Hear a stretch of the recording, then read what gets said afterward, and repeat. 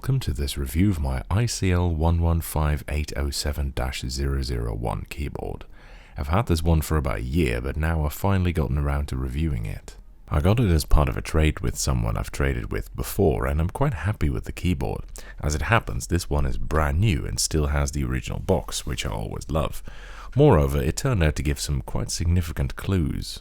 It's a Space Invaders keyboard. Specifically, it uses grey tactile Space Invaders switches. For those not familiar with them, they're a family of switches so named because of the shape of the slider, which is unusual to say the least. The switches were developed by High-Tech for NMB, now MineB, who primarily produce ball bearings, of which they're by far the world's largest manufacturer, but they also make other stuff ranging from the MineB PM9, a blowback-operated fully automatic submachine gun based on the Israeli Mini Uzi, to a whole slew of computer keyboards, so they have quite a diverse portfolio. NMB's keyboards were of pretty good quality and they were highly competitively priced at the time, and I've reviewed 3 of them so far. My 725, which is the first line of models they put out and still under the High-Tech brand, this first gen RT101 Plus, which was their first standard 101 key model, and this later rather amazing looking 8255, which coincidentally came from the same person. This time we're looking at a model that wasn't part of NMB's own line of keyboards, but instead was custom tailored to ICL's specifications. ICL was a British computer company with considerable contracts in the UK government, and it was acquired by Fujitsu in 2002. I've shown a Keytronic-made ICL keyboard previously, which had very similar styling, so apparently they were not content with just buying rebranded stock models from NMB. The case is a rather weird, slightly bulbous shape, and it also flexes a bit as a result, squeaking a lot in the process, although it's built pretty solidly, I'd say, with a metal mounting plate for the switches and a dense feel characteristic to NMB boards. At slightly over 1.8 kilos, it's not exactly a lightweight either. The lock light sticker is worth mentioning. The slots are rectangular, but the light behind them shines through in a circle, which looks rather silly. It's got the same bizarrely enormous flip-out feet that my Keytronic ICL had as well, and they're 2 parts so you can use them at 2 different elevations.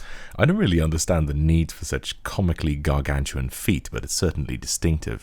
I mean, compare them to the flip-out feet on an IBM Model M and a Dell Bigfoot, and I mean, it's ridiculous. The feet flex a bit though, so if you lean on the keyboard, they tend to give in a little bit. And also if you move the keyboard forward, frequently one of the feet will flip back in.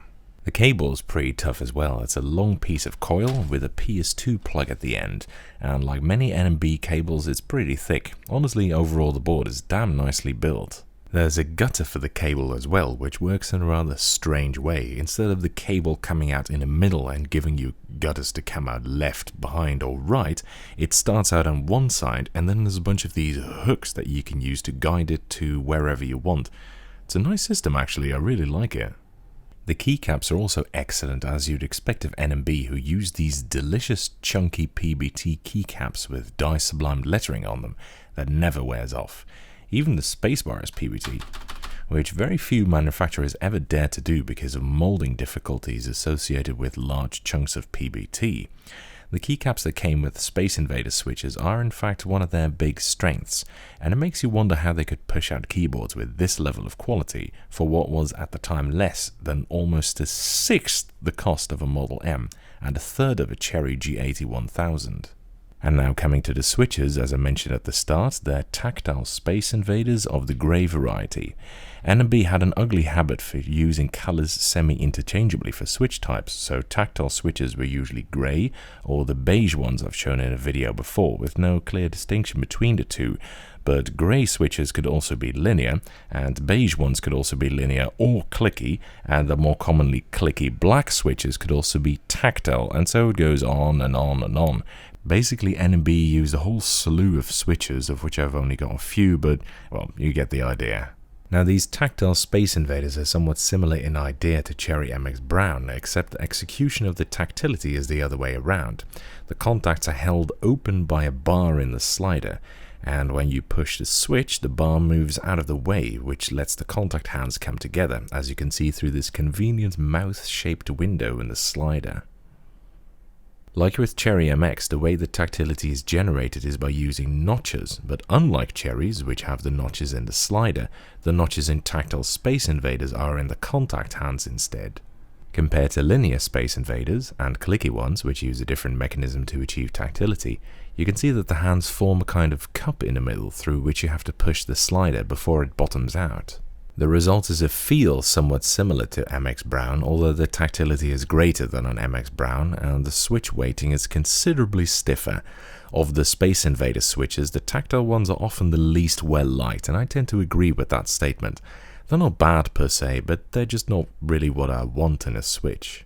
Because after you push the slider through the tactile cage, it's quite close to the contact hands, the bottoming out feel is a bit weird, and if someone ever measures the force curve of these things, I wouldn't be surprised if it looks pretty funky.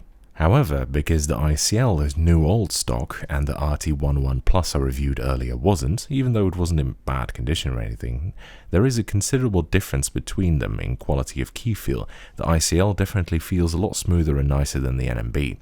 This confirms a suspicion I've had from the other half a dozen or so Space Invaders keyboards I've had so far. These switches don't like dirt or dust all that much.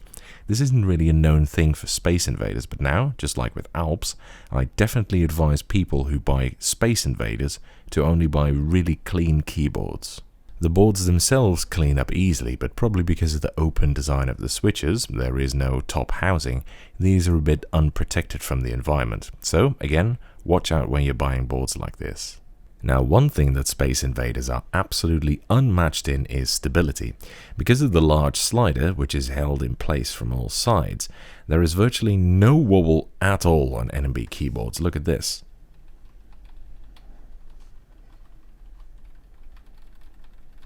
Compare this to a Cherry G80, which really isn't a wobbly board at all, and you can see there's really a massive difference between the two. The Space Invaders are absolutely rock steady. Here, let me show you.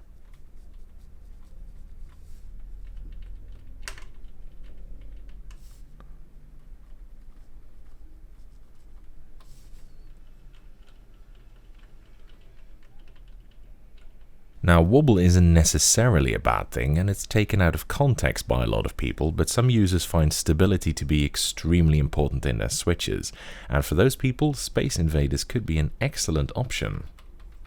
The sound of the switches is a bit like the sound of Cherry MX switches, but because of the lack of wobble, the excessively firm 4-pin mounting of the switches to the PCB and mounting plate, the rather dense chassis, and the low but thick PBT keycaps, it's much thicker and fuller, as well as more muted, as I'll demonstrate using the MX Brown keyboard here.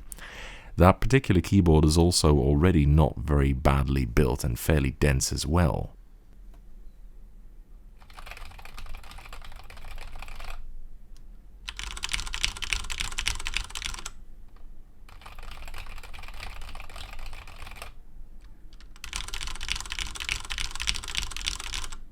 Overall, it's not a bad keyboard. It's well built and with outstanding keycaps, but the switches are rather meh, a bit on the stiff side for my liking, and the tactility isn't very snappy or fulfilling.